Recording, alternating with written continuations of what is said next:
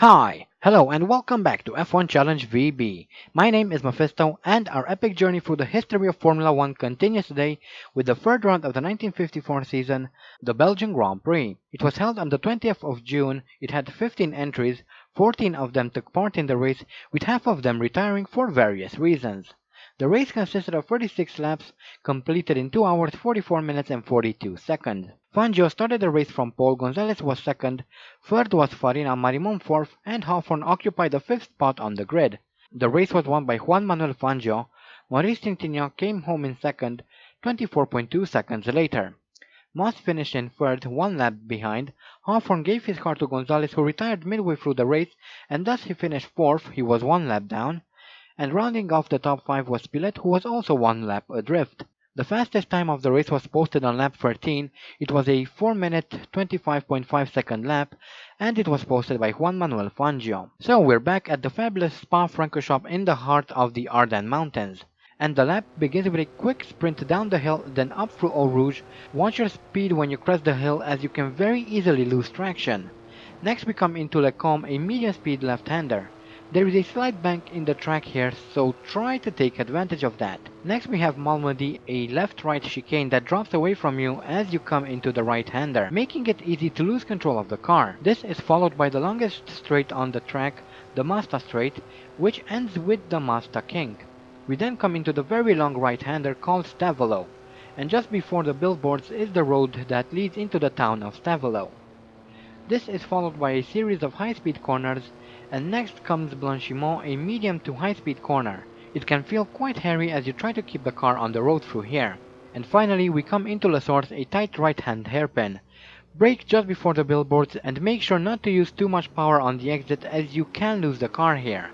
But that is a lap around the picturesque Spa Francorchamps circuit. Here we are in qualifying, coming through La Source, and I nearly lose the back there, but luckily I managed to catch it. However, I apply a bit too much power again and lose it completely this time.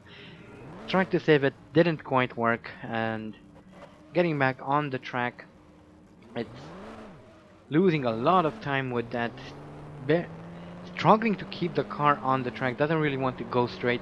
That is a 420.7, and although that's faster than Juan Manuel Fangio's fastest lap around here in 54, it's nowhere near enough to beat Ascari's 3-minute 50 second lap. Coming again through La Source, and again I lose the car. I just can't seem to be able to use the correct amount of power as I now try to spin the car around, and I again use apparently too much speed. I don't even know why I'm using first gear, because second would be more than enough to try and use the car, but that lost me again a lot of time. It was about 6 seconds slower than the previous lap time. And finally I managed to post in a decent lap, a 4.4 5.4 second lap. Not brilliant, but it was the best I could manage, and I was so frustrated that I couldn't be asked to do another one. But anyway, here are the previous Belgian Grand Prix winners, and we start our grid walkthrough, and we have Fangio on pole, Gonzalez second, Maurice Trintignant is third. Fourth is Mike Hawthorne, Ascari fifth, Nino Farina sixth, Luigi Musso seventh, Sterling Moss eighth, Herman Lang comes back for the Belgian Grand Prix in ninth. 10th is Pilet, Robert Manzon 11th, Prince Bira 12th, Sergio Mantovani 13th, 14th is Roberto Mieres, Luigi Villoresi 15th, Umberto Maglioli 16th, Marimon 17th, Eli Bayol 18th, 19th is Andy Higgs, and Jean Berra is 20th. So at least we didn't end up at the very back of the field, but still didn't do very well. So here we are at the Belgian Grand Prix, one of my all-time favorite tracks. After a disastrous Argentine Grand Prix and not so good Indianapolis 500, I'm hoping that we can at least finish the race this time. Maybe in the points, but I'll be happy if we can finish the race. Hopefully the engine doesn't go or the suspension goes or whatever. As we come up through Eau Rouge, we have a yellow flag. Not sure what's happening. I cannot see over the hill. Don't know what happened, but the yellow flag is cleared and we are in front of Marimon now, who is about half a second behind, chasing after Jean Berra in the Simca. We are catching up to him. Very good speed on the straights. Unfortunately, yet again, we are not very fast through the corners, but I'm hoping, considering that there are a lot of long straights on this circuit, I'm hoping that we can do decently as we come through Le Com and we move up into 17th. We saw a couple of retirements there. And here we have a look at the start once again. As we go down the hill, we see Lang in the wrong model of the 196. I don't know why Hans Hermann had the correct version for the period, but anyway, for the race anyway. Well,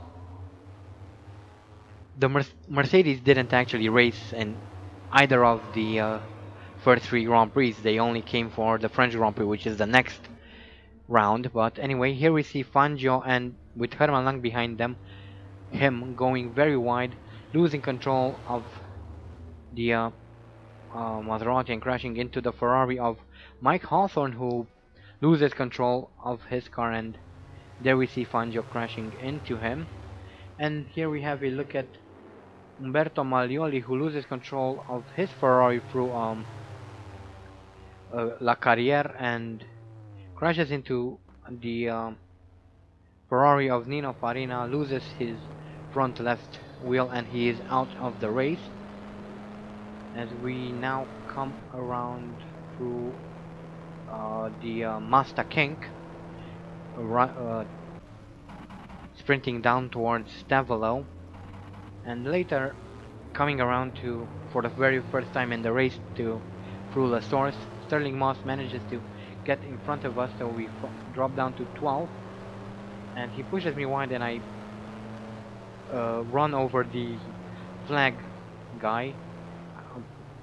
I know he has a proper name, I just don't recall it right now.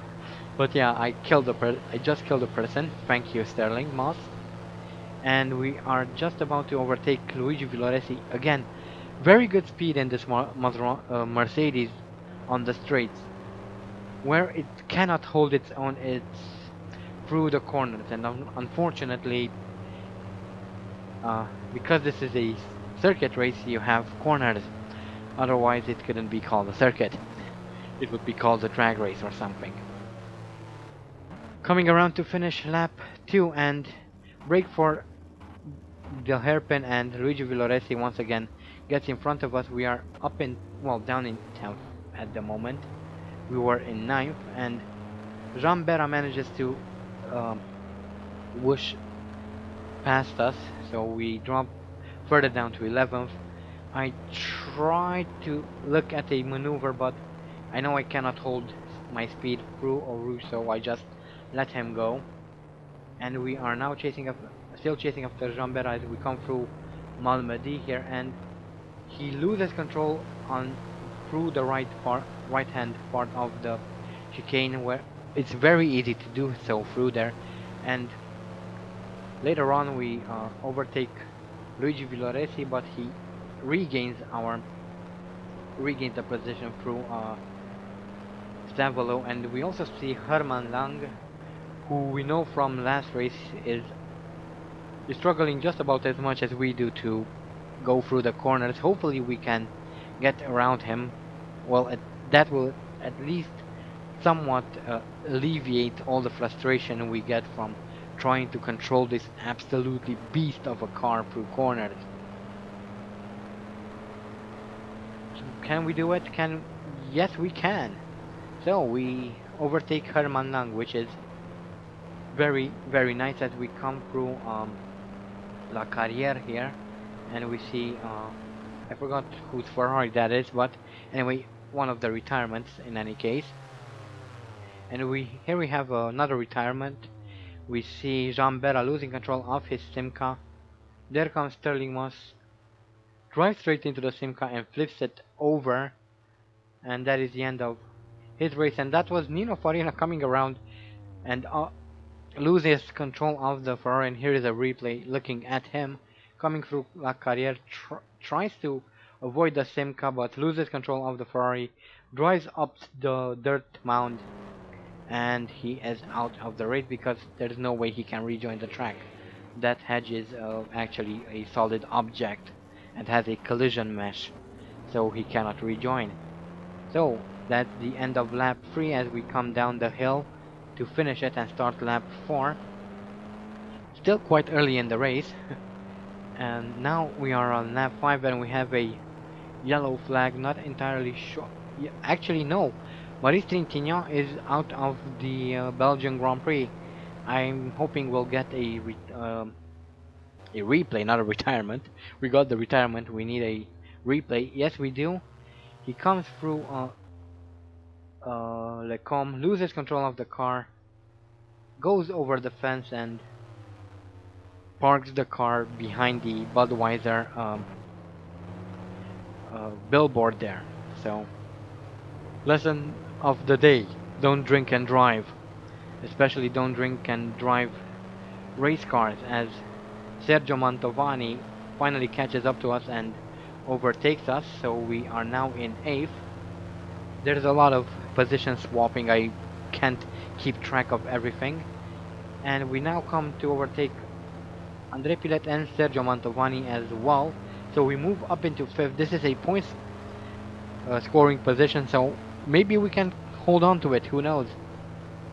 I'm very, very hopeful. Maybe we can do it. It would be nice.